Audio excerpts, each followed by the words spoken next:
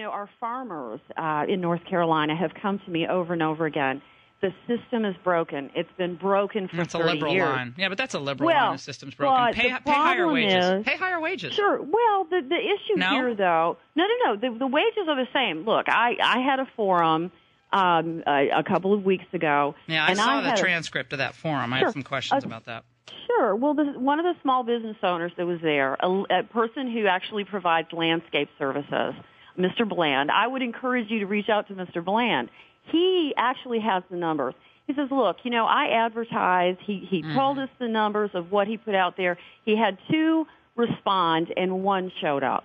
This is so the free market doesn't work then. Free market in labor doesn't work. That's conceding that our free market system, wages to workers, doesn't work, or that we have a glut of American workers, which we have a high unemployment in this country, right? My mother was a waitress for 40 years, so I'm like a throwback, I guess. Sure. So Look, she did all those jobs that y'all are saying Americans won't do. She did it for 40 years and helped put me through college on her tip money. And I believe that, and that is exactly what we have to protect. But the fact of the matter is we have a system that's broken. And whether you say that's a liberal line or not. It is a liberal line. Repeated by all of your enemies, repeatedly. Yeah, but the line that you're repeating is union speak. Unions are for amnesty. They want no. Let me tell you who's on your side on this. Unions, they want more members.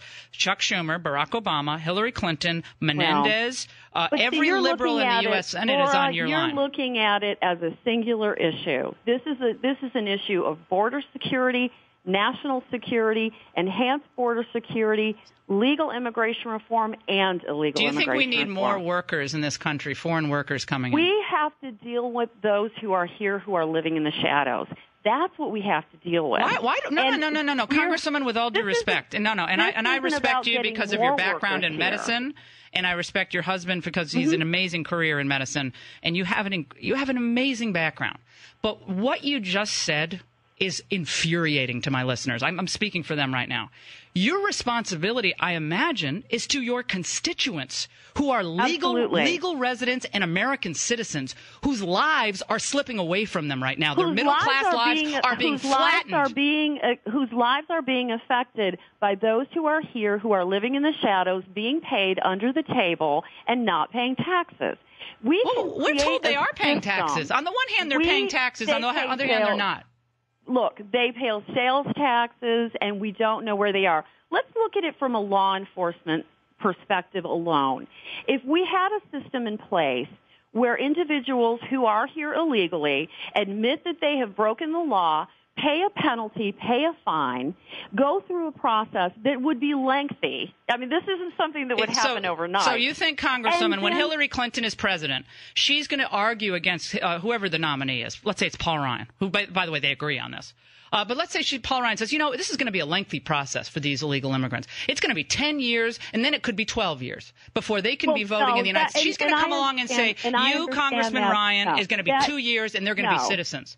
They'll trump you every time on that, Congresswoman. Laura, my point there is simply, someone isn't going to walk into an office and walk out with earned legal status. Well, they're walking in and but Congresswoman, they are getting free ride right now in our country by President Obama deferring action against them. You are making the case for immigration reform by saying that. So Obama, who doesn't enforce these laws, is going to enforce new laws that you pass, right? Absolutely. There is very little that our president enforces. So the point is, let's have the conversation. So let's give him more ideas. Why would you give him cover on this? Why would Republicans give the Democrats cover? Because is it because of the Chamber of Commerce?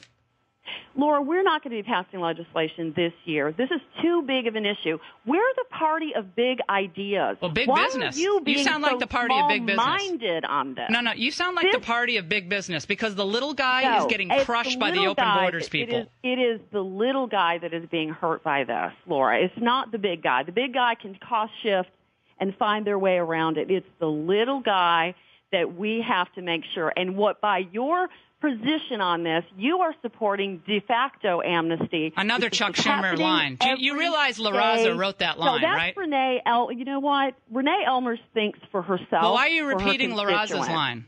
Why are you repeating? You think they're on your side? I have no idea. Where'd you hear that? Did you make that up? That is my line, ma'am. Oh, you wrote it?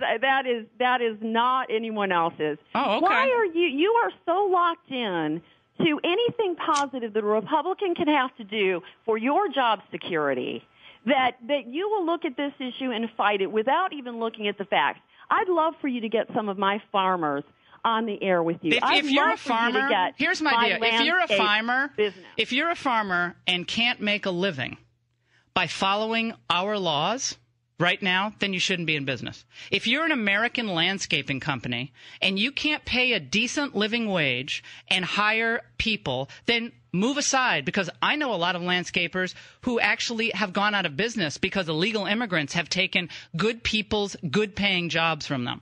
So, yes, if you can't operate in a free market economy and respect sovereignty, the rule of law, and American immigration law, you're right, Congressman. Laura, woman. I don't think you should be in business today. The laws that dictate this are unenforceable for many and very cumbersome and expensive for many to have to deal with. You realize your farmers said Americans are lazy. You realize your people at that meeting said Americans are lazy. Do you agree with those people who showed up at your meeting, the transcript of which I have read on the show? They're lazy. My North Carolina farmers who say that this is an issue that needs to be reformed.